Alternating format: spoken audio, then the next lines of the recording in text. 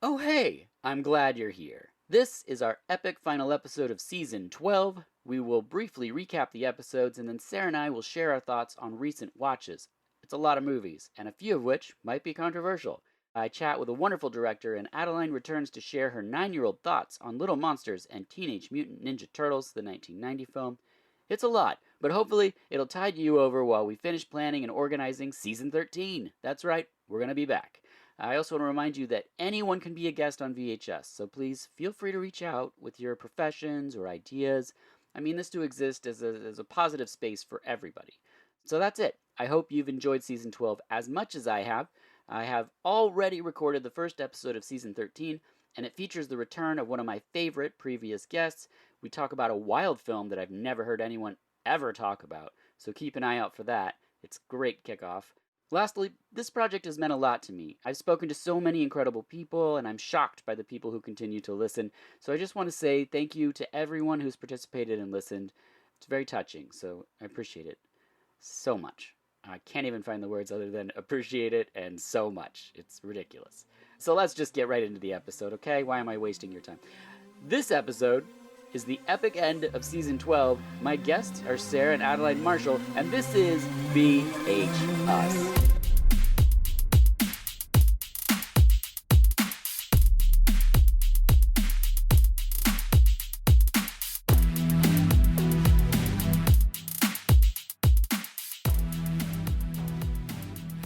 Hello and welcome to VHS. It's the final episode of Season 12, where we recap a bit, talk about recent watches, and check in with my co-host. I'm your host, Dirk Marshall, and speaking of co-hosts, welcome Sarah Marshall. Hey, it's me! You're back. I'm back. What's up? Oh, that's so much that some things I can't talk about. Right, secrets. But we have kind of a new arm of the business we're working on, so to be announced. We will tell you more later. That's right. But I'm busy. I'm super busy.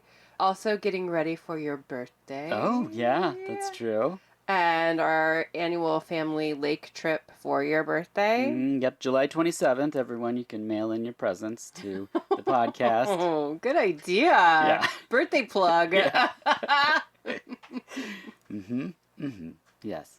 Excellent. Well, mostly secrets then, but we'll fill people in on things later. I'm full of secrets, but you can know them all later. Yes. Wonderful. Well, Season 12 was a lot of fun. We spoke to some really wonderful guests. I can't believe that we spoke to them all. We released our Toxic Avenger episode on its anniversary unintentionally. What a wild coincidence. Big thank you to Joe the janitor for being a guest on that one. So fun. Quite a few people said how cool they thought Joe is, and I agree. Yes. Jean Robert returned to the podcast to talk Ryan Gosling and Frankenstein and me. And you can see Ryan right now in theaters in Barbie. Ooh. Yeah, there you go. Always great to catch up with Sean. We heard from Scotty Landis from the Bananas podcast. We talked about his life as a screenwriter and the movie Barton Fink. That was a fun one. Love talking to Scotty. Our Discoveries episode with Ryan of New World Pictures and Lindsay of Schlock and Awe. Always love talking to the two of them. So if you missed that one, check it out. There's lots of fun movies recommended in there. That brought us to our oldest and shortest film, and our guest was the fantastic magician Arthur Trace. So fun. I want more magicians in my life, for sure. Same. I loved talking to Arthur. We got to get back to L.A. Yes. Right? Yeah. We could maybe see Ian, and Arthur offered to take us to the Magic Castle. Yes, that is the reason that I want to go. Oh, sorry, Ian. No, I want to see Ian too. Okay, yeah. It was just so hot when we were there. And it was. So I can't picture LA and not be like, is it always 108 degrees or whatever It hit 115 while we were there. Yeah, it was wild. Unnecessary. That's too hot. Yeah, way too hot. Then we had our Hideaway episode with Melissa and Roger, where we got to start talking about industrial music, which got a lot of talking this season. Because next we did Industrial Accident with Chase, a dream come true for me, and proof that teenage me should have stuck with industrial music. Yeah, well, I mean, what a wild ride you created for yourself, where you just get to talk about all the things that you love with people that you have wanted to talk to your entire existence. It's pretty rad. Thank you. Yes. Yeah, I'm pretty excited about it. And then, my brain just thinks everybody is, but then that's okay. Everybody's excited, Dirk. Yeah, okay, great. Because I am. Then I recorded a Derek Jarman episode with Carmelita, who's always the best. You were doing Derek Jarman research. Like, you were so happy down here, just like doing your thing, listening to your jams. Everyone kept asking, how's Dirk? I'm like, oh, he's so good. He's like learning about and talking about all of the things that he loves, and he's so happy. Yeah, you came in, and I think I was listening to a soundtrack, reading a book about another movie. Yeah, I was stoked. Pretty into it. Then I did a weird double feature of Bless the Child and Predator with Nolan McBride, just because I wanted to talk to Nolan, so there's that weird episode. Ryan of New World returned for another one of our Kinder Trauma movies in the shape of The Secret of Magic Island. I don't think you heard that one. The Secret of Magic Island?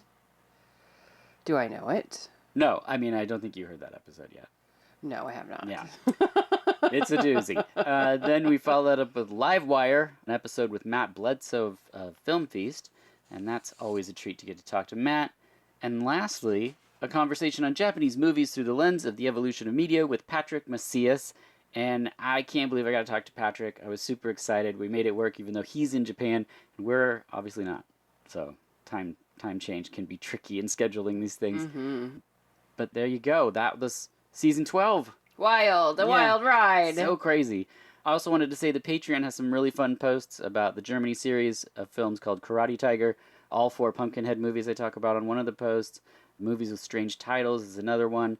I'm having lots of fun writing those things for the Patreon, so people can check that out. And if you would like, support us and the artists that we support. You can also get a shirt or a sticker at our... Can you get stickers at our Threadless shop? Yeah. You can? Mm-hmm, yep. Coffee mugs, or did we work on that yet? Coffee mugs, stickers, shirts, sweatshirts. Yes. Tank tops. No. Yeah. Tank tops for everybody. Oh, man. And baby onesies. Okay. I only did the baby onesies in a couple of things, because some of them I was like, this is not appropriate for a baby onesie. Good choice. Although, thinking back to some of the onesies we had. Mm-hmm. Yeah, when I was pregnant with our daughter, we invited all of our misfit friends over for our baby shower and had a paint your own baby onesie, and they were very fun because we have fun friends. So, I mean, I'm taking it back. Everything's going to be a baby onesie. Okay, well, there you go. So here we are, looking ahead, and we have familiar faces in the next season, some new voices, so stay tuned for that. But let's talk about what we've seen. Let's do it. Okay. So what basically we're going to do here is just list off some movies that we've watched, and probably not spoilers in the conversation, and it'll be either just sort of a general vibe, just to put it on your radar if you haven't seen it, or if you have, just kind of our passing thoughts on the film. So and if somebody is to spoil something, it will definitely be me. Yeah, so that's okay. I can't promise you anything. Okay, never mind then. We're going to spoil everything. Mm-hmm. Spoil away, Dirk. Okay. The first film is going to surprise a lot of listeners, but I'm starting with Puss in Boots, an animated film from 2022. We were flying to New York? Yes. And I picked it, and then you were like, what are you watching? And I said this, and you said, okay. And then we synced our TVs together, so I paused mine until we got to the right spot. And then we both watched Puss in Boots on an airplane, which is very weird for us.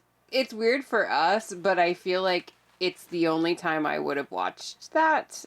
Yeah, airplane movie. It's an airplane movie. On an airplane, I don't want to watch anything that's going to make me sweaty, thinking somebody else is going to see me watching this thing, or like some child is going to see something that they shouldn't be seeing, or whatever.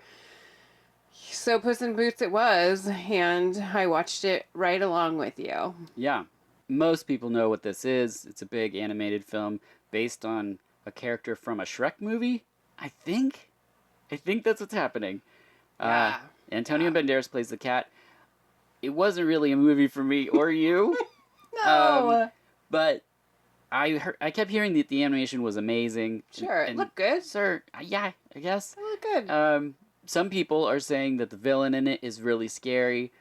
We both didn't have that feeling, but it worked for a lot of people, and some people really liked that the sort of commentary it's giving on death, and like, you know, he's out of lives, he's down to the last one, and he starts thinking about mortality. And that really struck for a lot of people, which is great. I think that means you have some conversations to have with yourself and maybe loved ones or your therapists or what. So any of these films can like bring up something for people, and I think that's important. But for me, it was an airplane movie.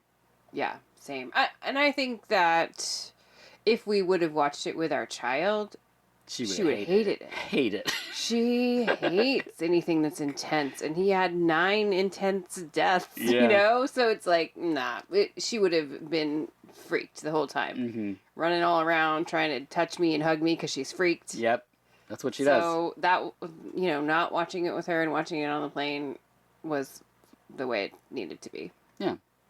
And that brings us to The Pope's Exorcist. This is a 2023 horror movie starring Russell Crowe. The synopsis is: Father Gabriel Amorth, chief exorcist for the Vatican, battles Satan and an innocent possessing demons. A detailed portrait of a priest who performed more than 100,000 exorcisms in his lifetime. It's a movie with Russell Crowe? Movie with Russell Crowe. It's an exorcist movie. Yeah. And those always have a similar vibe. And it definitely had that. You know, there's possessed children and barf and some priest that comes to fix it. Yep. They're hiding secrets. You know, like it's like the huge for a possession demon movie. The thing that I think is interesting is like it's based on a real guy. Yeah. Who really performed that many exorcisms. I mean, I guess so.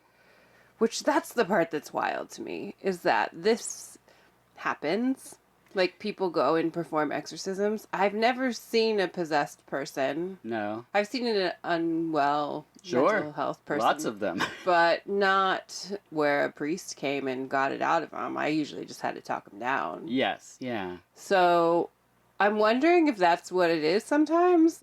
I mean, out of 100,000. I mean, that's a lot. Considering... That's a lot of exorcisms. I just think that maybe this is where, like, the belief system's necessary, because you'd have to believe that there's demons and the devil, and that the demons want to possess you so that they can do, like, cool earth stuff, but, like, I don't know, like, kind of sucks in comparison. How many exorcisms does he have to do in a day to perform? Well, I know. Many. He's just done when he's done. So I'd imagine you could just walk in and be like, exorcism, and then just leave. Because nobody knows. They're like, he skipped a step. Nobody would know. Because he kept going back there for like weeks, it seemed like. They took a lot of time. He could have done 300,000 if it wasn't for this case. He's like, this is a time suck. Yeah. He's like, do you not know I have 999 charged by the hour and not by the person. Yeah. It should be called The Pope's Exorcist Time Management is an issue here. How to make a quick buck. Yeah, with Russell Crowe. The big takeaway for this is if you like those types of films, you might enjoy this. For us, the final battle is always very anticlimactic in these movies, and so it's not really it's like, oh, they read from the Bible or whatever book, and that made it go away, and we're like, nah. You know, but the big takeaway, I think, over all of this Pope's Exorcist talk is there's a meme of Russell Crowe riding a little scooter in Italy in his Pope outfit, and that's bringing joy to people. Fun. I like that. You'll have to show it to me. I haven't seen it. It will really make it all better. Okay, you got it. Next is To Catch a Killer from 2023. The synopsis is: a troubled police officer is recruited by the FBI's chief investigator to help profile and track down a disturbed individual terrorizing Baltimore, Maryland. It stars Ben Mendelsohn and Shailene Woodley. Do you remember watching this movie? Yeah. Okay. Sure. What were your general thoughts for To Catch a Killer? I mean, I think it was okay. I didn't, I love a killer movie. Same. That's why I put it on. Yeah. I didn't feel like he was that killery. No. And Ben Mendelsohn is creepy. He just has a creepy vibe. Because he was on that show. What was that called? Blood Brothers, Blood Tide, Boat Murder. Something like that. Something like that about the rich guy. Yeah. It's a slow movie. And it's weirdly constructed. Because it's about a guy who's like sniping people in buildings. And I can't figure out why. So many. He's so good at it. He's as good at sniping as Russell Crowe is at exorcising demons in Pope's Exorcist. They should join forces. Oh, become the Pope's superpower sniper exorcist. Exorcist sniper? I'd watch it. Yeah, it'd be good. This movie it's just weirdly constructed. It feels slow. It feels long. It feels really, really serious. And I don't know. It looks cool. The acting's great. But if you want like a procedural kind of thing, maybe this movie's for you. It definitely flew under the radar for a lot of people. Which brings us to Renfield, starring Nicolas Cage and Nicholas Hoult from 2023. Renfield, the tortured aide to his narcissistic boss Dracula, is forced to procure his master's prey and do his every bidding. Fun. Yeah. What'd you think of Renfield? I thought it was great. It's very fun. Yeah, I think it's a fun watch. The styling is really lovely. Yes, yeah. Nick Cage is being Nick Cage. He's so good at it. Yep. I thought it was really fun. Yeah, I agree. It's very green and purple. I said that was my one issue, is I would have liked just a different color. I said I wanted Fight Club's color palette because they're doing this cool commentary about bad work environments and a sort of abusive relationship between a boss and their employee. Which I think is done, I mean, it's so perfect. It is that dynamic that everyone knows and hates, and you feel it happening in the beginning, and you're like, oh, I hate when I have a shitty boss like that, you know? It's definitely a, I would say, comedy, action, horror movie in that order.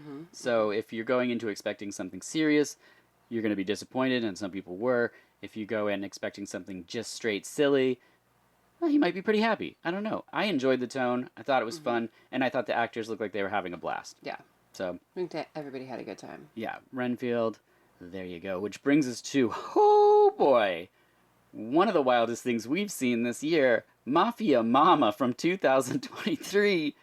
A mild-mannered suburban mom unexpectedly inherits her late grandfather's mafia empire in Italy. Guided by the firm's trusted concierge, she hilariously defies everyone's expectations as she finds herself stuck in the middle of a deadly mob war. It stars Toni Collette and Monica Bellucci. And Toni Collette is so great in everything. She's always great. And she's great in this.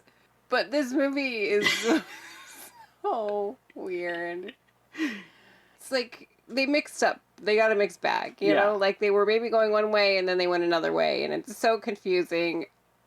I liked parts of it. I laughed quite a bit. There is laughter to be had. But then I also found myself very confused. So it's very gory. Yeah, that's okay. So it's directed by Catherine Hardwicke, who did Twilight, 13, and Lords of Dogtown.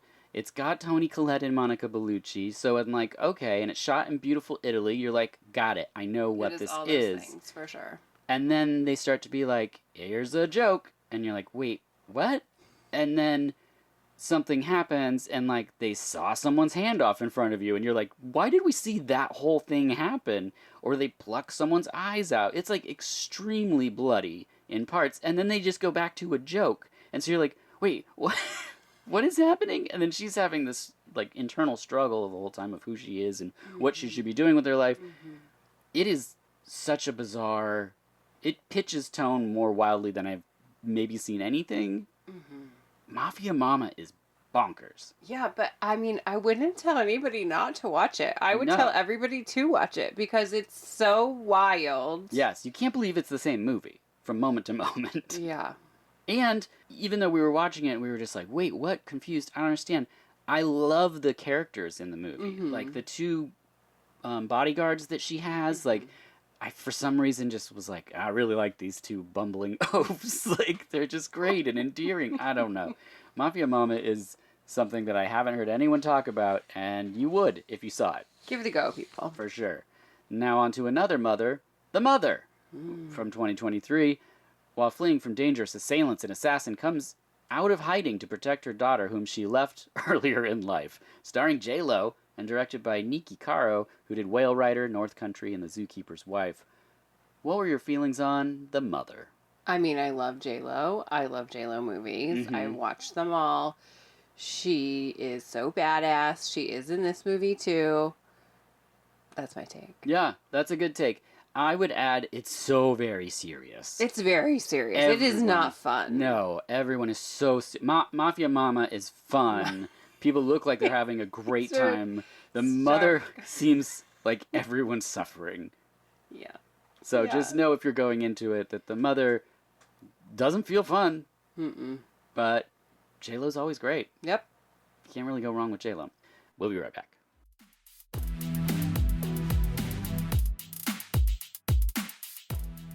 And we're back. And we have a guest. Welcome, director Stephen Kayak. Your documentary, Rock Hudson, All That Heaven Allowed, is currently streaming on Max. Is that correct? Yes, it is. Good to be here. Thanks for having me. Absolutely. I have a couple different questions in a variety of areas, so to say. I wanted to start off with your first feature was Never Met Picasso with Alexis Arquette and Margot Kidder. Is that right? It was. Oh God, we're going to talk about that. Just briefly, because it's a Oh my. narrative film, and then your Mhm. career really kind of soars with documentaries. So my question is, was that intentional or just kind of the path that you took? Very much path of least resistance. Hmm. Yes. I always say documentary kind of found me, having escaped Boston and all our investors who never got paid back. Oh no. I had to try something new and still fantasizing about being a great writer director. When, you just meet a character, you feel like, why, like you couldn't write this guy, Hmm. and that following this person for what was supposed to be a short film turned out to be this years long journey to make this film called Cinemania with a co-director from Germany, Angela Kreislieb, who's an amazing filmmaker. And yeah, we just made a portrait of these manic obsessive film buffs in New York that became this little film festival juggernaut. I mean, we were like the poverty jet set. We couldn't pay Hmm. our rent in New York, but we'd take these invitations to show the film in like Locarno Yes. and like hoover up all the free breakfast at the hotels and put them in our duffel bags. You know what I mean? Like Hmm. we couldn't believe it was getting so much love out there. But that kind of kicked it off, and then just sort of sat in the documentary pocket. And one thing led to another. Started working in the music space and did a film about musician Scott Walker, who was kind of like my hero. That's awesome. And then it just kept going from there. Yeah, it's also varied. The subjects of your documentary, working in, if we're just looking at the stuff that involves musicians, I mean, Backstreet Boys, Rolling Stones, the Japan band X, or X Japan, is that what it's called? I always say it wrong. Ex Japan. X Yeah. Japan, that is fascinating. I mean, I Yeah. recommend It's one of my people favorites. check that out. If you know nothing about the band, it's a great watch. Like it's really emotional. It's very I've never seen another documentary about a band like it. Yeah. It's called We Are X. That's kind of like that's their chant Hmm. at concerts. Yoshiki or Toshi the singer will say "We are," and the whole audience will come back with X. And they shake the stadium. They're pretty amazing. I mean, yeah, it was like a band like I had never heard of.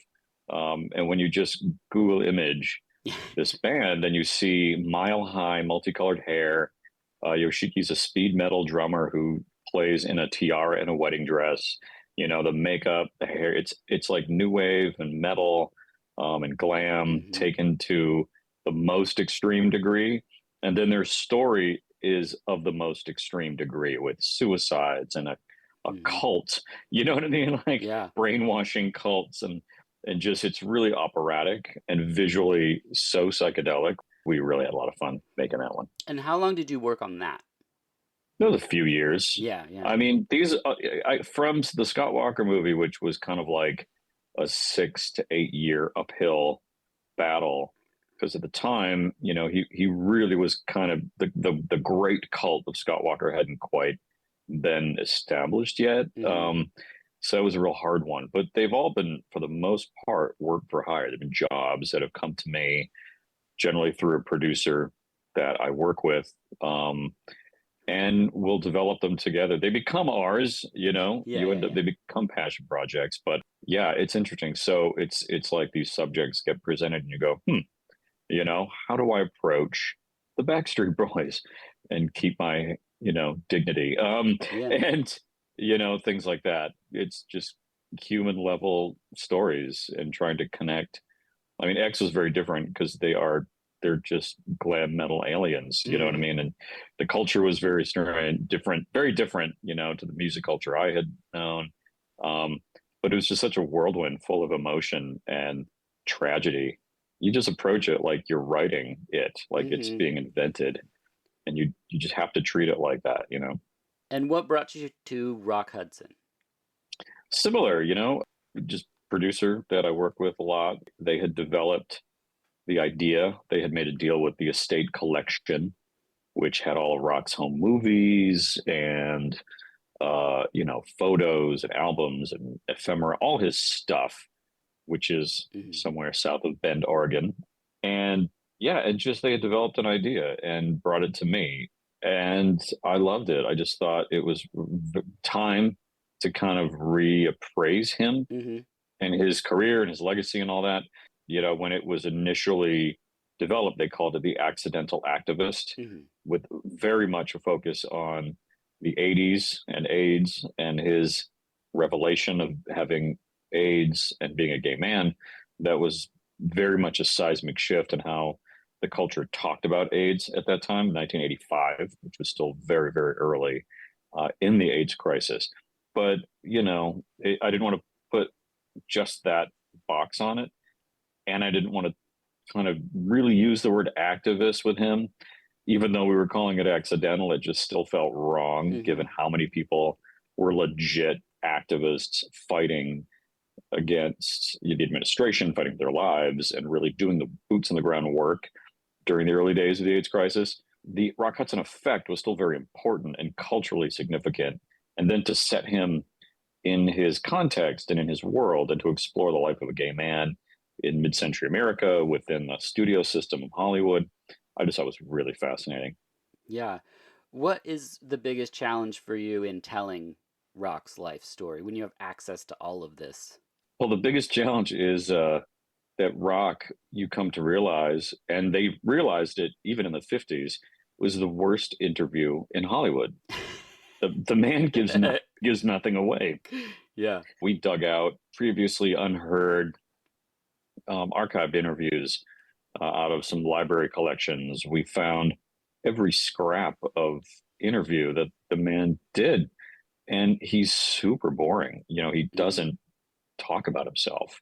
He says the same things over and over again, decade after decade, in a very sort of monotone way. And you really get the sense that because of all the repression in the studios, essentially inventing his backstory for him and promoting him as this, paragon of heterosexual romanticism, that he couldn't tell his own story. He was either afraid to, or he'd forgotten how, or he was in such denial about his reality that he couldn't articulate it to anybody. It's really shocking. The challenge was like, how do you create him? How do you give him life? And it was a combination of just really leaning into the body of work, and also just finding people that weren't just celebrity talking heads. It was finding his friends, people really on the inside, to talk honestly, openly, sexually, about his life. That's my next piece, because one of the things that and my wife, who isn't here, she's at the farmer's market right now, but okay, so her question was there hesitance to include the bit about the size of his penis? No, when I heard that, I just thought, hallelujah, this is the best line. And I mean, it's from an 83-year-old gentleman who you would never think would just, all of a sudden just start talking about how well endowed he was, and that they had tried to get it on, but he was a little bit too big for him. Yeah. Like, it's just a hoot. Because he's such a polite, proper, little, man. But the funny thing is, though, these guys, it's an old friend, Joe Carberry. He ran a research laboratory, and they were just pals. But apparently, Joe and his partner at the time had absolutely wild parties at their house, and Rock liked to come to them. At one point, he's like, yeah, he would, sit upstairs and watch the Super Bowl. We're like, yeah, you weren't watching the Super Bowl. You know what went on at your parties, Joe. Come on. I mean, but you drop a line like that, and it's like documentary gold. You're like, I absolutely have to use this. Gets the biggest laugh, but it's also just totally human and funny. I mean, everyone on the inside talks about it. I mean, it's no secret, and it's, I mean, you got to approach a lot of this with levity. We have been criticized, I find people go, oh, all they talk about is sex. it's just a lurid, gossipy movie. You know, I'm like, come on, it's just because it's gay men Yep. talking about their real sex lives. Yeah. So what? You know, it's a part of life, It's my favorite and it's part of the documentary. yeah, Is and it's nothing that nobody. If you really do your research on rock, it's not. I mean, we go easy. I mean, there's stuff you can read about that's just outrageous, but we just wanted the witnessing. You know, we wanted the mm, real people who had real relationships and friendships to just speak their truth about them. And you know, it was a lovely experience. yeah, the friends and ex-lovers were like our favorite bit, and the way they talk about him, it's it's a human way. It's a normal Mm, sexuality is normal, and just because it's like you said, gay men that people go, oh my gosh, but like, what do you don't think all these Hollywood stars are running around doing all these kinds of mhm, parties and whatnot? It's like I don't know. It for us it was just so great, especially because these men are, older now. And so mhm. that just like Rock's life is stripped of sexuality. Once you get old, it's like nobody they don't have thoughts like this and it's like no they Mhm. do and they did and they partied and like this is their Yeah, life and it's just truth. especially when we're connecting the story through to the AIDS crisis of the 80s and looking at the effects of oppression, repression, Mhm. denial, self loathing, homophobia, all that stuff. You have to talk about it. Yeah. It's part of it, you know, get over it. Yeah. It's, you know, so anyway. Yeah, it's great. When you're constructing a documentary, what is the process like? Because as an audience, we see it all assembled, but you have basically like a box of jigsaw puzzle pieces, it feels like. Yeah, I mean, we've done it long enough now that you like to think that there's kind of a real method to it. I mean, we Uh-huh. do I've had the benefit or the the luck to have worked with a lot of the same people over numbers of projects. So you kind of develop routines and processes and you know, methods really for breaking down stuff, organizing material. There's a part of it you feel like it's like strip mining. Like you really just have to go layer by layer, idea by idea. You know, you research to a point and outline to a point where you know the majority of the story and stories that you want to pursue and chase and build. And because either it's like you because you have the material in front of you and it's sort of telling you what to do, or you have, you know, we had numerous books, we had the biography, we had great guides, and then but then it's just, you know, figuring out what to include, what not to include. We tend to just do very long chronological string outs of various things. Like we'll just put all his interviews in a row. Hmm. We'll or then we'll just take the films, for example. And this one is very unique in that we use a lot of the films. Well, not unique. It's not a surprise. A lot of people use this tactic, but like, you know, taking the films to kind of comment and on the life and the career. So, you know, then things are just strung out and bundled thematically. And so you just have all these, you know, the interviews are done and they're all strung out and just we find the best bits Hmm. and just you just start weaving it together eventually. I mean, it's kind of, you know, how it's done it's a mystery to me how we end up cracking it every time. You know, a lot of planning, organizing, and then there are moments where you just stop being so linear about it and decide to just play. You know, there's always moments when we just go, okay, what's the most fun thing we can do today? Hmm. And let's just approach something out of chronology and just let's find some material to just goof around with without a plan and like just make some magic and see if that goes somewhere. You know what I mean? Yeah. It's just balancing the tactics really. Moving back to the sort of music documentaries and things, Mm. when you're filming things like Marilyn Manson and Gene Simmons and these sort of like interview bits, are you as the director there filming this stuff or is there like second unit things where you're like just go ask this person a question or I'm convinced there are some of my colleagues, probably a little higher up the food chain than me, that do send minions to yeah. do some of that work. Yeah. I'm in the field. I do everything myself. Okay. I do a lot of the archival work myself. Me and my producer Bunny went to the estate collections HQ in a freaking double wide trailer in a barn south of Bend, Oregon, and dug through all the rock stuff and scanned with scanners and lugged things back to our hotels and stayed up all night digitizing, scanning, and photograph. I mean, you just do it because it just gets it into your head and you really get a good sense of the materials.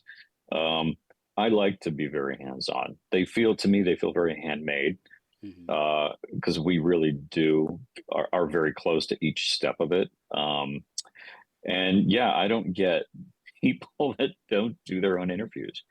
I don't know. I do them myself. Okay. And when you're doing them, like how long for, say, someone like a Marilyn Manson are you interviewing?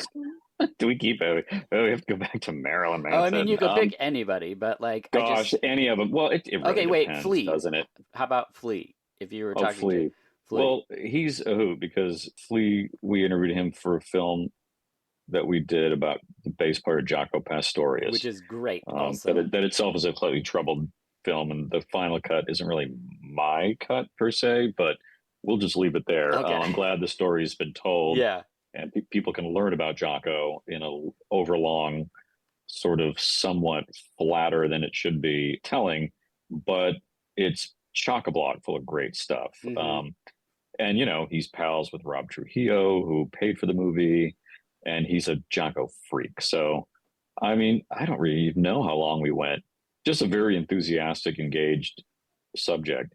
Just depends. Like if they're your main subjects, you want to drill down and get them for as long as humanly possible. Yeah. When I made my film about Scott Walker, for example, the reclusive, musical legend, the mythological Scott Walker, it was the last thing we shot. And I think I got all of 45 minutes with him. Okay. For the master interview. So that was deadly. I mean, that could have gone terribly wrong, but we got it. And we used every last frame of it. Whereas, you get Gene Simmons, it's like, hello, how are you? Blah, blah, blah, goodbye. You just hope you get your soundbite. Yeah. Like I just always wondered if they just came in and they already knew the soundbite they were going to give you, or if you actually are trying to like mine it so you can get a 40-second bit or something. It depends, I mean, I just always go in very well prepared. I try to make it more conversational and just start shooting the shit and then start digging in just to see what happens. But yeah, I mean, that is the problem with rock stars, especially when you have them as your main subjects, is they tell the same stories over and over again. Yeah. They have a narrative. They've been interviewed 10 million times. So you're always thinking like, how can I get slightly behind that or break that down and find some other way in, to just get a different story or get something that's a little more intimate. Yeah. That's the trick. It's less with the kind of just commentator type interviews, which I'm really tired of doing. I mean, you do it and sometimes you need them and it makes sense. And people do want it. It's nice to see some of these people, especially if they are really connected to the subject. Yeah. I don't know. A little tired of sitting people down and just filming people yakking. It gets a bit old. I mean, with rock, it was different. These weren't famous people. These were just friends. They're old guys. We're not going to like do something outrageous with them. It's just like, have a seat. Let's have a chat. Yeah. And you end up with a real intimacy that's you kind of can't get otherwise. There's a part where one of them brings their partner a beverage because you're like filming in their home, and it's just like it's these little human moments where it's just it's not a sterile white background and for a person sitting at a director's chair. It just feels like Sarah and I both were like, I'd watch a whole series on these couples that you have in there, and just their day-to-day goings on. We were guessing they were in Palm Springs or something, but like, just those guys were in the South Island in New Zealand. Oh, wow. I was doing that remote. I was on a Zoom with them. They had escaped. I mean, they were had the privilege of having made money in their lives, and they sold their house in Carmel. And after Trump got in and just escaped to New Zealand. So, and poor Lee, we're talking about Lee Garlington, who was one of rock's lovers in the early 60s, 63 predominantly, and him and his husband Paul, they live in New Zealand. And we got him. He had just had a stroke, oh, no. minor, but was still willing and able to talk and remember stuff, and Love it. it's gone really downhill since. So it's a real shame. But we wanted to get in there as soon as we could and just sit with them and feel a little bit of what their lives are like. I did a lot more of that actually with a lot of these guys. There was a point where we did dig in a little more and get a lot more back. I mean, I probably could cut a miniseries. Yeah. You know, I have enough material on pretty much all of them to give you more arcs about Could you do their that on a lives. Blu-ray? What's that? On a Blu-ray release, maybe? I don't know. I don't know if anyone even does those anymore. I mean, we do I'm have kind of extra kidding. material banked for the international release. Okay. Just a few extra scenes, like a Yeah. couple that didn't make the final cut, and just a few extra little stories. But yeah, I wanted to do it more to kind of just get to know them in Yeah. the moment. And it was nice. So we could really just loosen up and, you know, it's not just like, tell me your best Rock Hudson story, goodbye. Like I wanted to know about them. And you get little hints of their history. And it's important. That was important to me Mhm. that these guys weren't just commentary, they were characters. Yeah. Yeah. And you plant them and they may say a little thing or have some comment and you might go, what's he doing here? But then when they recur, they have become characters and you find that they land a story that there's a real reason and an arc when, you know, the young actor who was also closeted plays Rock's son on a TV movie Yeah. is now a big Broadway act, trying to have a huge Broadway career, but still facing homophobia and sees a newspaper that says Rock Hudson has AIDS. It freaks him out and pushes him back in the closet probably 5 more years that, you know, Yeah. it just terrified him at that moment in time. Even on Broadway, he's still being told, don't come out. You're a romantic lead. He got married. He had a kid. He was like, it's amazing to me how, you know, how powerful that fear was. Even at that time, we had come out of gay liberation and then AIDS just clamped down on it again. And then you get a little hint of that from some of these characters. That was kind of the idea. Yeah. To create this generational arc, a portrait of a generation or two through these guys that Rock was a part of, if he intersected with their lives in really meaningful ways. But you're also learning something about a generation and a time and a place. Mm-hmm. Yeah, it's really well done. We absolutely loved it. Before I let you go, I would be remiss if I didn't mention another narrative film that you made, which was Shoplifters of the World, set in 1987 about friends who discover that the Smiths have broken up. I was excited when I heard about this film, and then when I saw it, I loved it. I think that this movie is so great, and my first question is there's so many Smith songs. How did you get the rights to that? Strangely enough, that was the least of our worries. I cooked up a pitch and a script quite early and knew that there was no point in pursuing it unless we could say, and we have the rights to the music. Yes. So we kind of went about getting kind of a general permission, thumbs up from Morrissey Marr, which we did get very early. They liked the script, they liked the idea. We had mutual friends in the management camps and the record labels and stuff. So weirdly, it sort of like Johnny Marr was in my Scott Walker documentary. Like I've interviewed Johnny, and so there was a little bit of a 1 degree of separation to all that. Getting it financed and cast and made and distributed and reviewed, those were the hard parts. Yeah. It became an endless battle on every single front in every single phase of making that movie. Can't say it was the best experience of my life, but it was another little funny passion project. And, you know, I was that kid. I grew up, they were my band, right?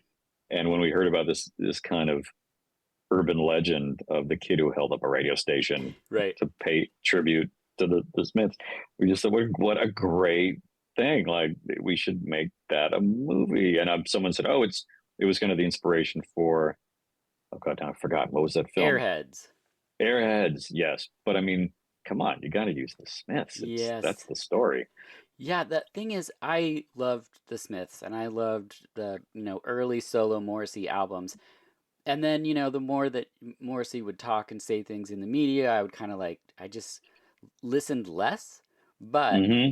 a movie like yours, or when I returned to the video collection, because I'm a huge Derek Jarman fan and he directed a lot of Hmm. their music videos, it's like in my DNA. Like I steeped myself in this music and I just absolutely love it. So watching the film, you already had my heartstrings, and then you Mm. just start playing them. And so I would get emotional when I'm supposed to get emotional. Like the film is very effective, I think.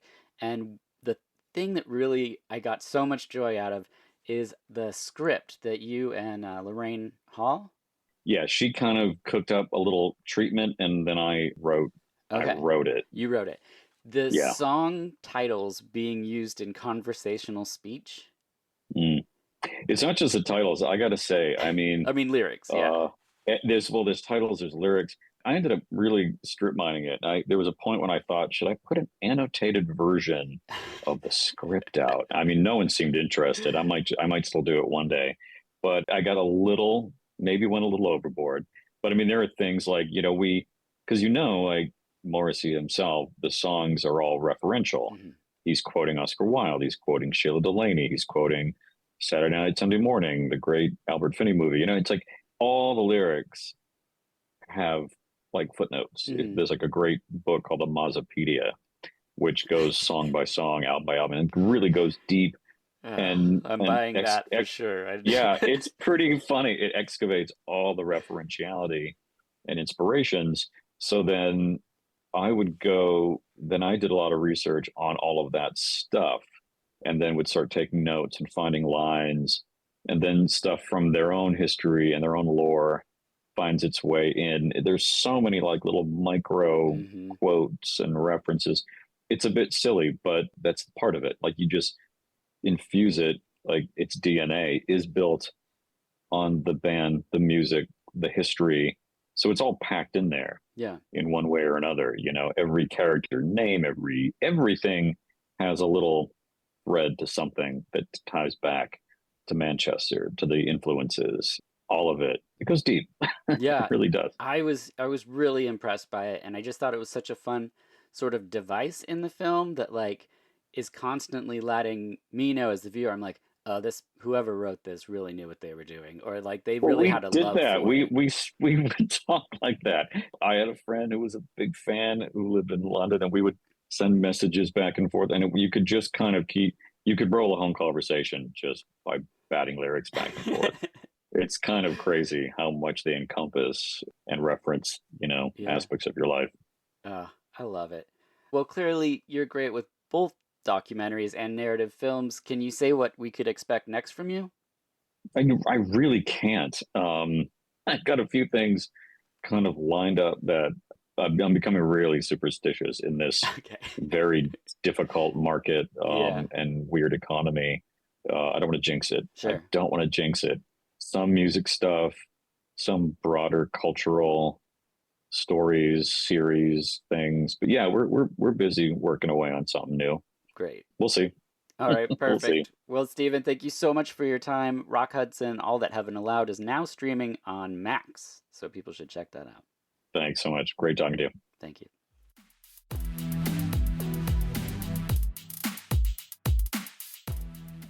And we're back. Next is We Have a Ghost from 2023, directed by Christopher Landon, who did The Paranormal Activity, The Marked Ones, Freaky, Happy Death Day 1 and 2. Stars David Harbour from Stranger Things. It's a ghost trapped in a home when a new family moves in. What'd you think of We Have a Ghost? Well, I mean, some parts were fun and interesting. But again, it was like a bit of a mashup. Remember when you used to make me these mix CDs and either you would mash things up or somebody else would, and you would put it on these things and it was like, it would kind of make sense but not totally make sense. That's what this movie was a little bit for me. And so my synopsis is that it's Ghost Dad meets A Dingo Ate My Baby. Yeah, Ghost Dad meets A Dingo Ate My Baby. Yeah. My Ghost Dad ate my baby. Because it seems like it's really fun and then it's sad. Yeah. It is sad. It's a sad movie. Yeah. And it's not fun. No. Yeah, the acting's good. There's a lot of green screen stuff, and you know me, I love a location. At least Mafia Mama was shot in Italy, and this There's parts where I'm just like, but they're not really sitting there. You can't really see the sunset like that. Like, I don't know. There was a lot of stuff in it that I just was like, can't we just shoot a film outside? Like, what's the problem? But anyway, most people... hate to go outside. Yeah, that's why I want people to film it, so I can live through them. Show me what it looks like. Show me. Oh, I can picture it. But We Have a Ghost is it's on Netflix. You can see it there. Next is Fabelmans from 2022, directed by Steven Spielberg. Young Sammy Fabelman falls in love with movies after his parents take him to see the greatest show on earth. Armed with a camera, Sammy starts to make his own films at home, much to the delight of his supportive mother. What were your feelings on Fabelmans? This was another airplane watch for you. And me too. It was? Yeah. I watched it on the way to New York, and you watched it on the way back. Weird. I thought I watched it here. No? No. You watched it on the plane. Okay. Because I sat there next to you waiting for the end. Because I was like, she has no idea who the cameo is at the end of the film. Okay, right. Yes. So I was surprised. I think I did watch it because you had watched it and I knew that then we could talk about it. And at first I was like, oh, so boring. Yeah. I kept thinking you were going to turn it off. It's not my kind of thing, no, you know? Not at I all. need some more like sexy action happening or something. Yeah. But there's not that. I only watched it because I knew what happened at the end. Okay, and yeah. so Well, I didn't, so I was really hanging on by a thread. Yeah. You were trapped in a tube in space. So. Yeah, I finished it, and I was surprised and happy, and then I was like, oh, this movie's pretty good. Yeah. I do think it's just like a good way to tell someone's life story. I think it worked. Yeah, I mean, what can you say about Steven Spielberg? He's one of the greatest filmmakers of all time. He knows how to tell these types of stories. It's a version, I believe, of his story. Mm-hmm. And so, I mean, they can't really find a flaw in there. It's like great cast, great acting. It's gorgeous. Yeah, every shot is perfect. It's meticulous. It's even, just when he's, crashing the train. Oh, yeah. And it's like such a perfect shot of a child in a train. Yep. And, just every single part is beautiful, and of course it is. Of course it is. That's what he does. That's what it is. That's what he's done forever. So if anyone hasn't seen it, I recommend it because obviously it's very, I wouldn't want to say high quality movie because I surround myself with a lot of things that would be called low quality then, but it's prestigious, I would say. That was even watching it on the tiniest airplane TV. I could still tell it was so wonderful. Yeah, master. Which brings us to Asteroid City from 2023, directed by Wes Anderson, who did Bottle Rocket, Rushmore, Royal Tenenbaums. Everyone knows who this is. World-changing events spectacularly disrupt the itinerary of a junior stargazer space cadet convention in an American desert town in 1955. We didn't finish it. We're not Wes Anderson people. Not at all. Yeah, and it's just something like, normally I wouldn't even include this in the episode, but I think it's an interesting thing because there's things in his films that we have to talk about. Is that fair? Yeah, I mean, I don't know. What do you want to talk about? You want to talk about it? You want to get into it? When did you start to pick up on something in his work that you were like, I'm not comfortable with this? I mean, I'm not sure. I know that I've probably seen most of his movies, but I think there's just something about this style that he creates. And so, I spent years of my life working with sexually abused children. Yeah. And I just think that there's certain things that I notice in the films that sexualize children. It's always adults playing these parts, but it's parts where they either dress like or have kind of the mentality and functioning of a younger child. Mm-hmm. And so it bothers me. And it bothers me every time. Mm-hmm. And even if it's two people having a relationship that is consensual and... Like in Asteroid City, there's a scene.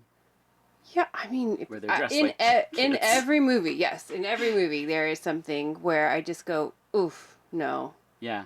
It feels like maybe... and I don't know anything about him or his life, and it could be something he is working through that has happened in his own life, or just maybe I'm reading into something that isn't there, but it doesn't matter, right? Because for me, every time I watch it, I feel sick. Yes. I feel like I'm going to throw up, and I'm like, I have to turn this off because I feel like this is the epitome of sexualizing youth. And so it just, I haven't finished one of his movies in a very long time. No, I put it on, and almost instantaneous, you said, who made this movie? It's like you knew. And we were talking about it, and this exact conversation, and just sort of the dollhouse aspect of his films, where he has these people dressed in these silly outfits, and they're in the bright colors and everything, and playing out these weird dialogues and sexual, like, hierarchy. And they're And all then there was very, a scene, and we were like, holy smokes, like, it was cued. they're all very disassociated from that's the other feelings and actions, and that is, you know, what people that are experiencing trauma are. And so even though they're going about their daily life and daily functioning, that disassociated state is part of their trauma. And so that's what I get from it when I watch it. Yeah. Is that it seems like that's where those people are. And so it's not my bag. Yeah. I just think it's an important thing to put out there. I hadn't heard anyone really talk about it, and I think any kind of conversation about films like that can raise awareness. It can explain to people why maybe they're feeling certain things when they watch things. Because it wasn't just like when we saw Moonrise Kingdom and we're like, should we be seeing these children like this? But yeah, so I don't know. Maybe you liked that film. I haven't really heard anything positive about it, but it wasn't for us, at least the first chunk.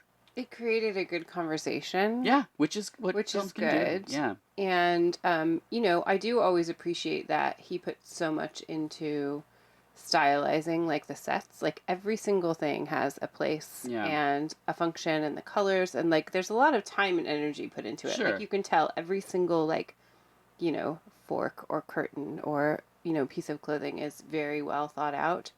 So, you know, it's unfortunate that something that someone has put so much time in, I can't, you know. Yeah. Well, but there's just something else too, because like we can bounce off of stuff that just happens, you know. But it's like I love camera movement. I love meticulous shots, and there's something about his stuff that feels super weird to me, and it doesn't, like, rather than me getting excited and me stopping it and rewinding it and being like, Sarah, look at this, watch this camera shot. I'm just like, ugh, I don't know. That is Asteroid City, which brings us to Knock at the Cabin, another big director, because we're talking about M. Night Shyamalan. While vacationing at a remote cabin in the woods, a young girl and her parents are taken hostage by 4 armed strangers who demand they make an unthinkable choice to avert the apocalypse. What did you think of Knock at the Cabin? I don't know. You don't know? Do you remember it? Not really. There's like a big guy that shows up at the cabin, and it's a girl with 2 gay dads, and they're like, one of you has to kill one of the other people. You don't remember really much about it. I do. Didn't like it. I just didn't really. I didn't connect with it. Yeah, I didn't connect with it either. But I'm also not a huge M. Night Shyamalan fan. Like, I just, the you know, there's a twist at the end type of thing isn't really my bag. It was cool to see the guy that plays Drax. I just blanked on his name. But he's a big guy that usually plays big guys, and in this they kind of make him a soft-spoken teacher. Kind of casting against type, and it was kind of cool to see him get that opportunity. I'm not sure if it worked. I think he was probably the best part. Yeah. They did knock at a cabin, so there was that too. So it's not false advertising. Moving right along. There was a few I watched by myself. So there's The Tank, where after inheriting a mother's abandoned coastal property, Ben and his family accidentally unleash an ancient, long-dormant creature that terrorizes the entire region. It's got a good cast, a nice premise. I also just wanted to shout it out as I haven't heard much said of it. You can do far worse for creature features. So if that sounds like your bag, that someone gets a house and there's a big sort of basement area outside that they go down in and unleashes a water monster of sorts, then you can check out The Tank. And then next is Black Demon from 2023. Oilman Paul Sturges, his family returns to a living nightmare when they encounter a gigantic megalodon shark that'll stop at nothing to protect its territory. This is a movie that's advertised as a shark movie, and it's not. It's like an environmental curse movie that the curse is a shark in Mexico, and despite that it had a theatrical, it has really underwhelming like effects, so there's not much to talk about. So basically I just wanted to warn people that you can watch it, there's good acting in it, but it's a curse movie. It's not really a shark. I mean, it is a shark, but it's not a lot of shark. And it is very big. Minimal shark. And I find big sharks kind of silly. Like, it's a shark. They're so scary. Even tiny ones. Like, why are you making them so big? They would just swallow you. They can be small. Yeah. Still scary.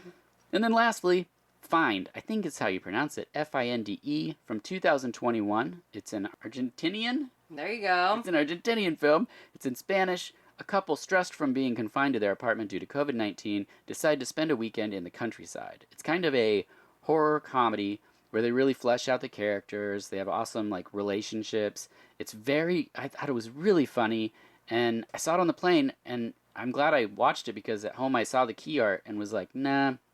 Then I didn't know the trailer or anything, and just fell into the relationship with these people and the fact that they were going to this place, and it's gorgeous, hilarious. So I wanted to recommend that. That's Finde from 2021, which means it's time for me to check in with our daughter on 2 films from my childhood, and then we'll return to talk about a few more movies from this year, and possibly one of our favorites. We'll be right back.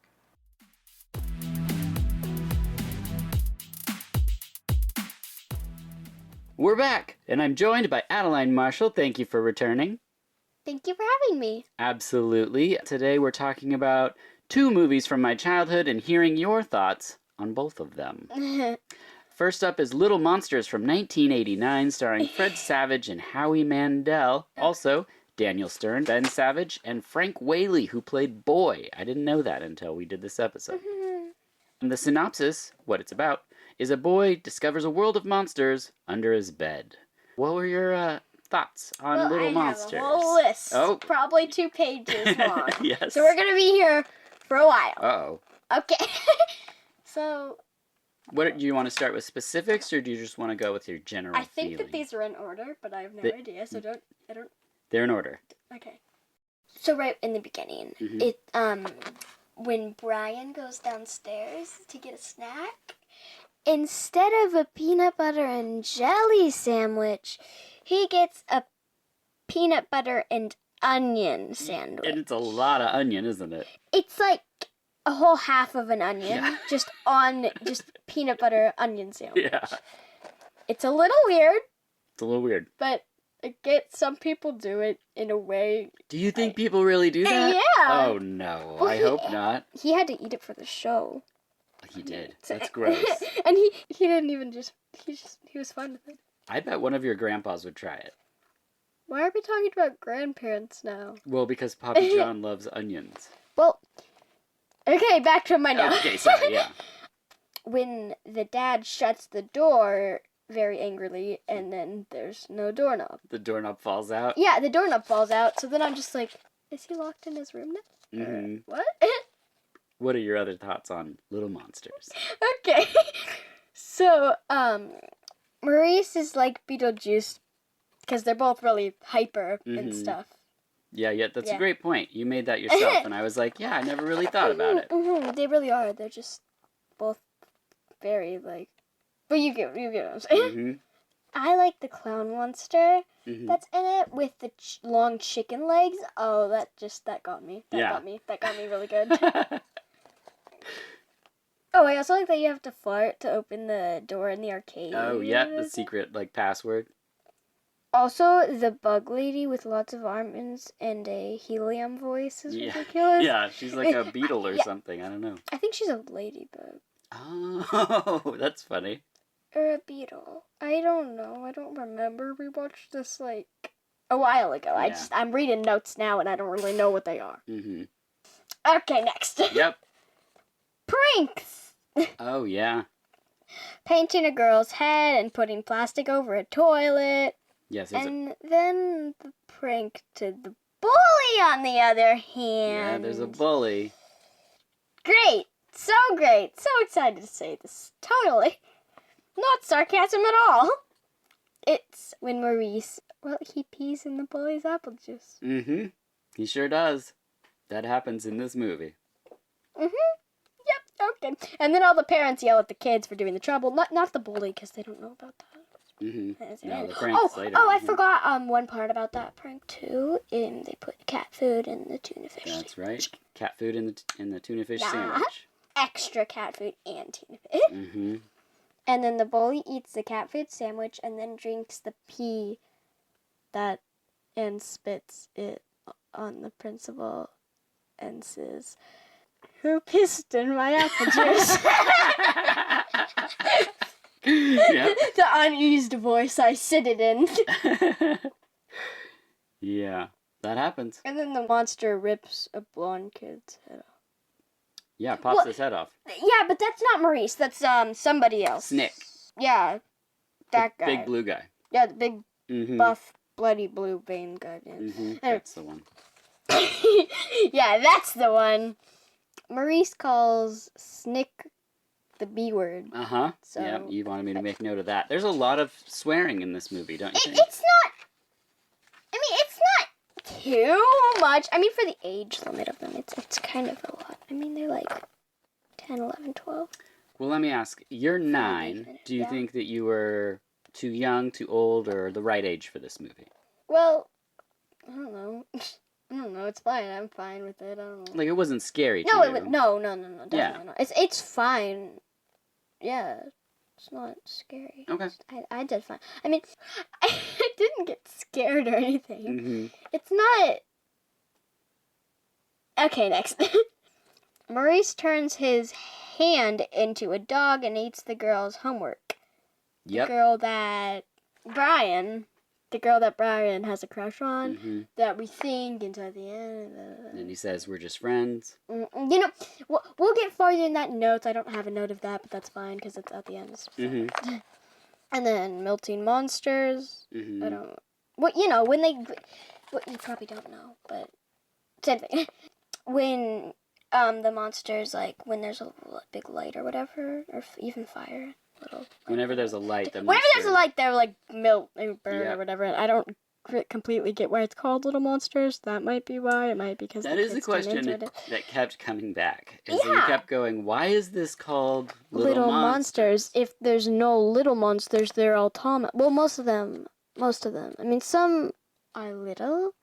Like at the end, you'll see a little guy, but he's like not even. He's a side character, so why would you name it after him? So it's just like, come on.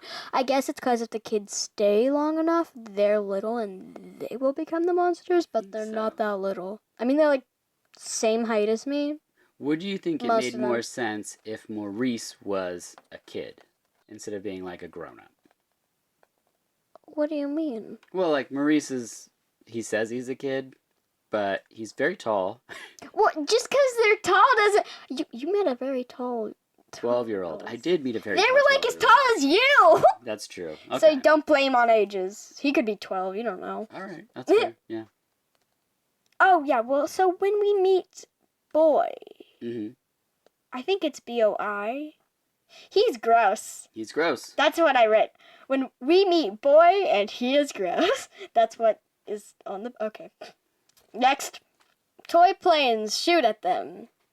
Yeah, Saw blades cut through the floor. Yeah. Explosions! Yes. Okay, so, yeah. And they're having a Boy's real face. Boy's real face is a gross goblin. There's a scary giant raggedy Andal when they fall down into the pit of stuffies. That's ginormous, actually. It's like this, a little bit taller than them, actually, in the heights of it, so it's very weird.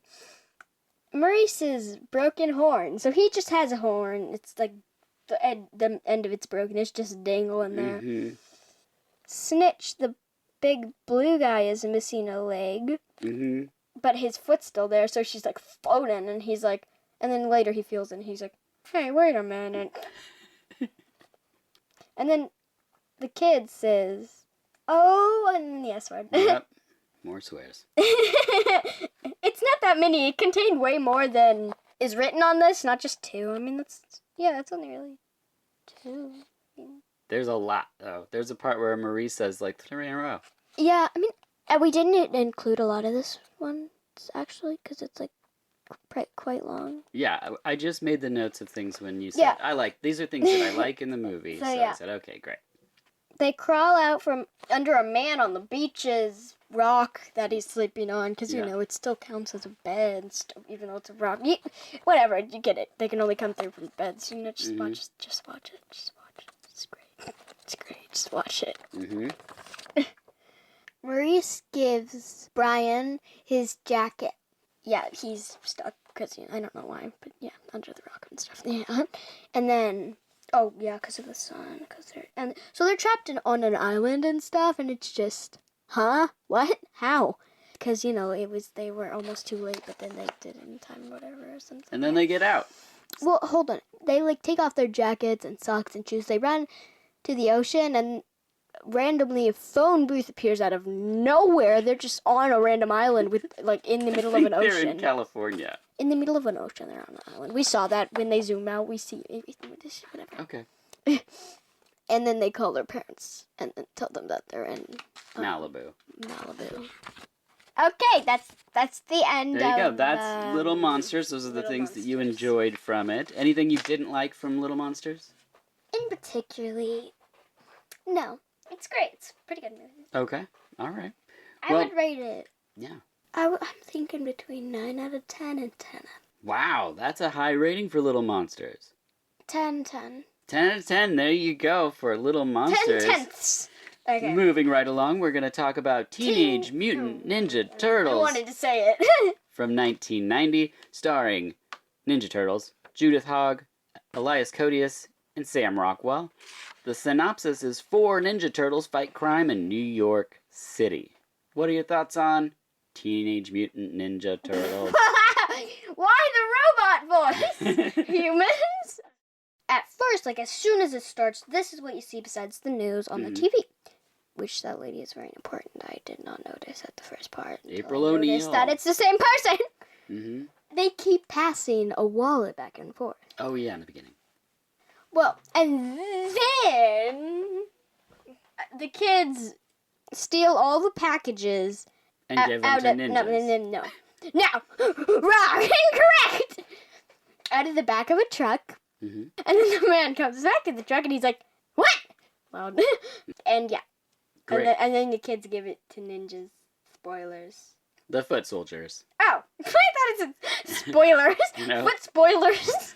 And then the smell for that is the sewer. So, again... is horrible! To tell everyone, we're doing Teenage Mutant Ninja Turtles, but we got from the Umbrella Company the Smell-O-Vision edition. So it has a scratch-it card, and with numbers corresponding, and the numbers pop up in the corner. You scratch it, and you smell it. So we first smelled... the sewer one, and it is...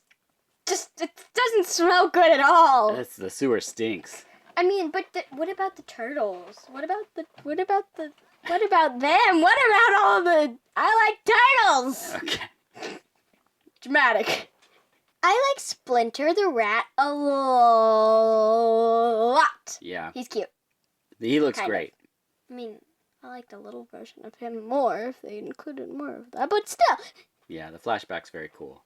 I like him better smaller. Okay, creepy. Anything else you want to say about Teenage Mutant Ninja Turtles? I have a whole list. Oh, okay. Sir. Go ahead. I have 50,000 pages. No, just 2. Just 2. I'm just going to go around to my favorite ones. Yeah, list off some of your favorite parts of the movie. They have 2-toed ginormous gripper feet. Yes, which they do. Is what gripper means. I hate that Splinter is all bloody at one point. Well, not all. I mean, just he has a little blood on his nose and a finger cut. So he's not too bad. And then when Raphael is on the roof and he says, "How do you think you can beat me?" And 50 more foot soldiers show up, and he says, "Good answer." Yeah. And then they just are fighting in a antique store, and it's on fire, and it's action movie vibes. Action movie vibes. That's awesome. Action movie vibes. Oh, I also it's at the end where Baby Splinter is doing karate. I like Baby Splinter more. Okay. I also like when they're slicing the pizza that they ordered, and then in the sewer, and then the pizza lands on Splinter's head. Yes. That is great. I said great. I like it when Michelangelo kisses the TV and says, "I'm in love," when the news lady's on there. Mm-hmm. April O'Neil. Yeah. Also, when the chain breaks, well... While Casey Jones is on the bench. Yeah. Mm-hmm. That's ridiculous. It breaks also, and his butt slams to the ground. Also, we hate the campfire smell. It's the worst one. Even the sewer's better than it. Like, come on. Yeah. Favorite smell? The ointment, right? And the turtle comes in and he's like, I'm kind of sore. And then we scratched, I think it was number 6. I mean, the ointment, number 6, it's Yeah. pretty good, I must say. I had another favorite, but I forgot it, and we don't have the sheet right now, so yeah. The pizza one didn't smell very good. It didn't. No. And it landed on Splinter's head. Yeah. I mean, I think all the smells totally work for what they're supposed to be, but I just think that the campfire one it's terrible. It's very campfirey. I agree. Yeah. I agree. Any other thoughts before we... Towards the end, my 4th page, my 4th out of 4th. I know, your first time with movie notes. I had them last time, too. Anyways, when Michelangelo puts his head in his shell and goes, I love being a turtle. Mm-hmm. Super fun. I love being a turtle! When Michelangelo puts his head in the shell and goes, I like turtles. Good one. And the big action ending with everyone fighting. The end. Goodbye. No, just kidding. That's not the end. When Shredder pulls off his mask to reveal his scar from Splinter as a little baby rat, which I prefer, that he scratched him on the eye. And so you like that part? Yeah, and then at the end, very end, Splinter says, I made a funny, which is not a fart, apparently. No, it's a joke. It's a joke. Which was upsetting. Yeah, but... Just kidding, I was kidding. So, 10,000 out of 10, I really liked it. Oh, you really liked really Teenage liked Ninja Turtles. This is a great time. And this is totally not because of Splinter. Well, I will tell you, there's a second one that we could watch sometime if you want. Yes. All right, great. And then we can do another podcast on it. Well, that was my next question, is if you'd come back on the show. Well, that's answered. Because you will. Yay! Adeline, thank you so much for being here. Thank you for watching these movies, and I can't wait to have you back on the show. Oh, boy.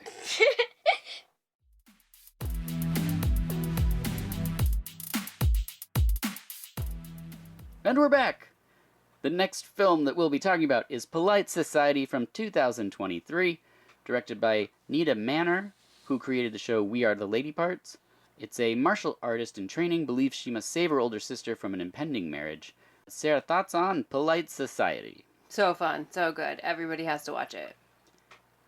Great. Perfect.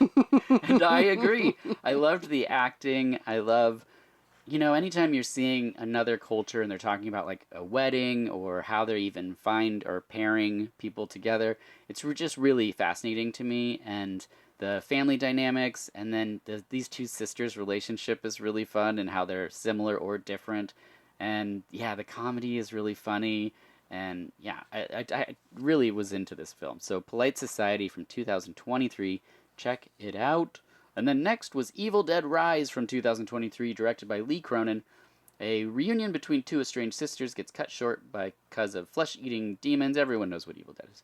Sarah, what was your thoughts on Evil Dead Rise? It's very Evil Dead world. It does what you think it's gonna do. It does. Yeah, sure does. I had you watch it because you're not a Evil Dead person. I know there are Evil Dead people. Yeah. And I am not one. You're not one. So I just was like, well, I'll see what Sarah thinks. These are my thoughts, and let's see if you agree. I thought that the lead actress was fantastic. I thought she was really good as the mom and as the possessed person. So good. I was very excited for her to receive all the accolades from the horror community. That's got to feel great as an actor. But my problem with the movie is not the movie itself. But it's like when I watch some films, I just think of other films that I like more, And then I'm like, I kind of wish I was watching. So when you take Evil Dead out of the forest, even though technically they start and end in the forest, and put it in a high rise, I instantly think of Wreck, and I love Wreck. You know, the Spanish found footage horror movie. It's so scary, and I didn't find this like scary, and so I was like, I wish I was watching one of the Wreck movies. It's not even fair to the film itself, but it's like, hey, you're taking a possession movie and putting it in. And also, like, I've talked to Dave about this. I don't know what is an Evil Dead movie if we take out, like, Ash and all the stuff that's led up to the first ones. It's just a Book of the Dead and an unseen demon possession, I guess? Well, yeah, I mean, yes. Because the demon just says stuff that the Exorcist girl says, so it's like... And I mean, I guess the Book of the Dead is the thing that ties it together. You don't really need it, but like we all enjoy Ash, you know. Yeah, you want him. That's the flavor. So then when he's not there, you're like, well, I thought at some point, we'd get something, even just for like a second. Yeah. But I mean, I think that Evil Dead movies are really fun. But that's just not my style. Yeah. You know, I like things to be scary. So I think that's just why I would say I'm not an Evil Dead person, but I'm glad that Evil Dead exists. And I think that if you like that style of like kind of comedy horror, then this is for you. And I'm glad that it's there for you. Yeah, people loved it. I think it did really well, so they'll probably keep trying to do new things. I also really appreciate that it's not a remake, and we're not going back to square one with something, that they're just like, we're moving forward. And that's all. Like, that's so nice. They're not attaching it to like a famous, you know, the first Evil Dead. This is Evil Dead 2 or whatever. Something. It's like, ugh, yeah, just put them in, take these properties, gross, and just put them in different places, you know, that's fun. Yeah, I think that this kind of movie too, though, is really good for people that are just getting into horror movies, like especially like a young preteen or teenager, because it is watching a scary movie, but probably not that scary for you, you know? Yeah. I think, it depends. I think some people get really creeped out by some of this stuff. But like I already said, possession stuff doesn't usually really work for us. And this type of thing is so, like, modern. And, you know, so even, like, the cheese grater to the leg part that everyone made a big deal out of, it's like a second, you know? It's like, all right. You want more cheese grater to the leg. Well, I think if they're going to give you... You want more. Yeah, I want cheese more. grater to the leg. I think it would be great to have more.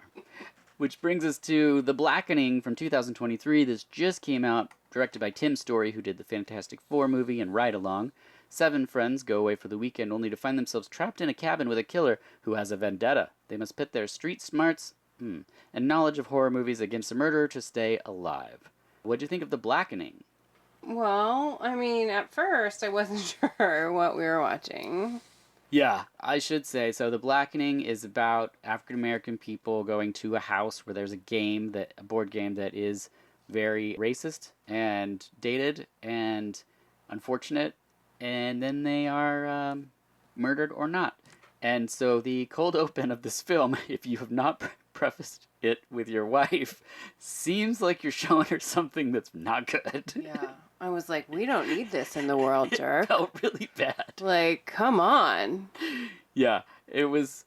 I felt like the temperature in the room had changed. It was really like, I should have explained that this is an African-American director and that this is the story for... Oh, yeah, it was rough. But the film itself is very fun. It's very funny.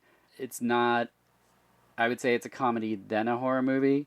It's definitely not gory. If someone's like, can I watch it? Is there going to be like, there's no guts or anything. It's well written, well paced, great acting. I already said that. Yeah, I highly recommend The Blackening. And it's very funny. It's very funny. Everyone's really good in it. And yeah, that brings us to possibly one of our favorite movies that we've seen this year. Quite a surprise, if I do say so myself. But we're talking about Hello, God, It's Me, Margaret, from 2023. Kelly Craig directed this, who did Edge of 17, based on the book by Judy Blume.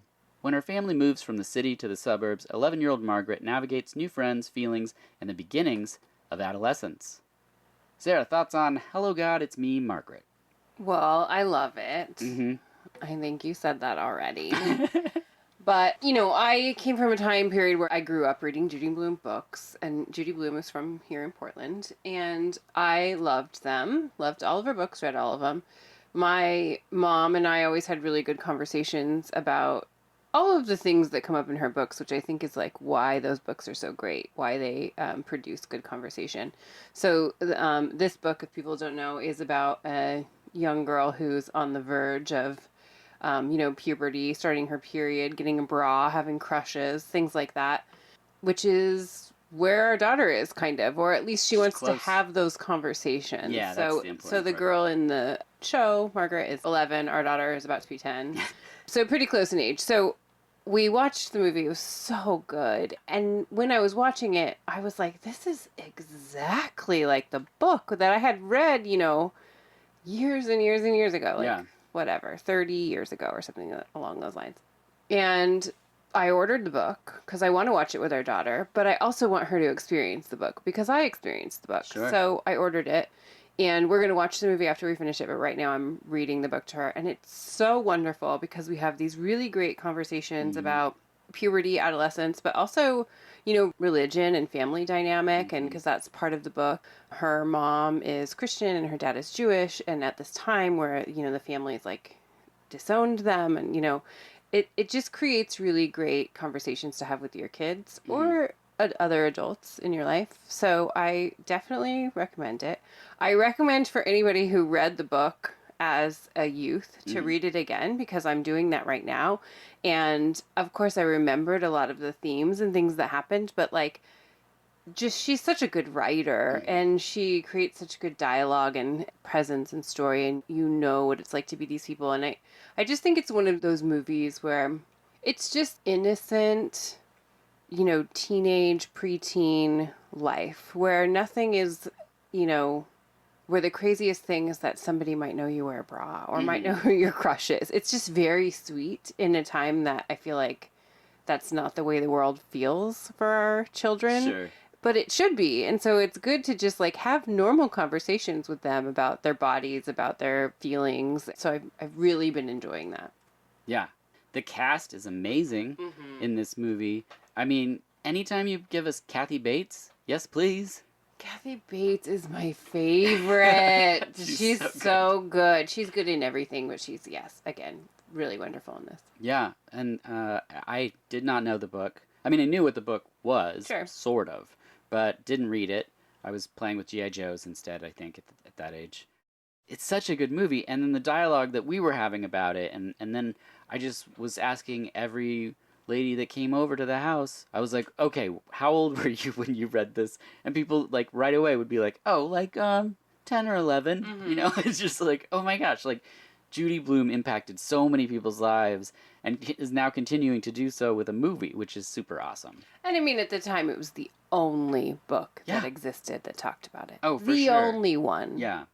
And so it was special, and it was kind of passed around and traded around amongst moms and daughters, I think. And so it still has a really special place in my heart. Yeah, you said just the other night you were reading it to our daughter, and it was the part where they must increase their bust, and she was like, I would die. Oh, yeah, because the siblings were listening on the other side of the door and then busted in, and she was just like, ah! She's really feeling it. So I love that we're having this reading experience together, and I think she's totally going to dig the movie, too. Yeah, it's fantastic.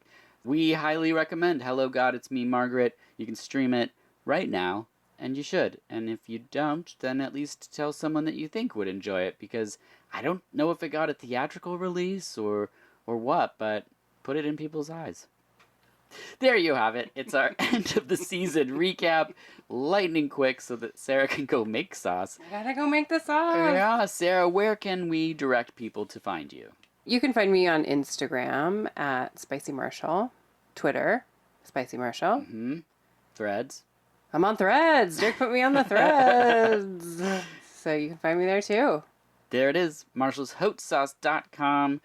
Until next season, I'm Dirk Marshall, and this has been Season 12 of VH Us.